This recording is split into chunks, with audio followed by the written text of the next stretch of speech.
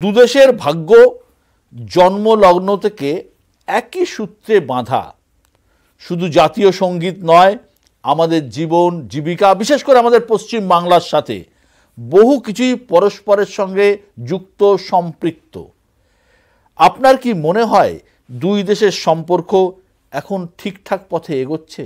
আমার তো তাই মনে হচ্ছে। আমার মনে হয় যে আমাদের সম্পর্ক আরো উন্নতি হবে। এবং আপনি জানেন আমরা ইন্ডিয়া এবং বাংলাদেশ অনেকগুলো রিভার আমরা একত্রে শেয়ার করি। তো সেই জন্য আমরা চাই যে ইন্ডিয়ার সাথে আমাদের সম্পর্ক আরো মজবুত হোক এবং এটা আরো উত্তরোত্তর বৃদ্ধি পাক।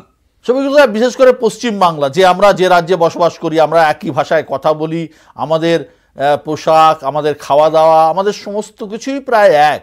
সেই জায়গায় এই আমাদের সাথেও তো আপনাদের একটা বিশেষ সম্পর্ক রয়েছে।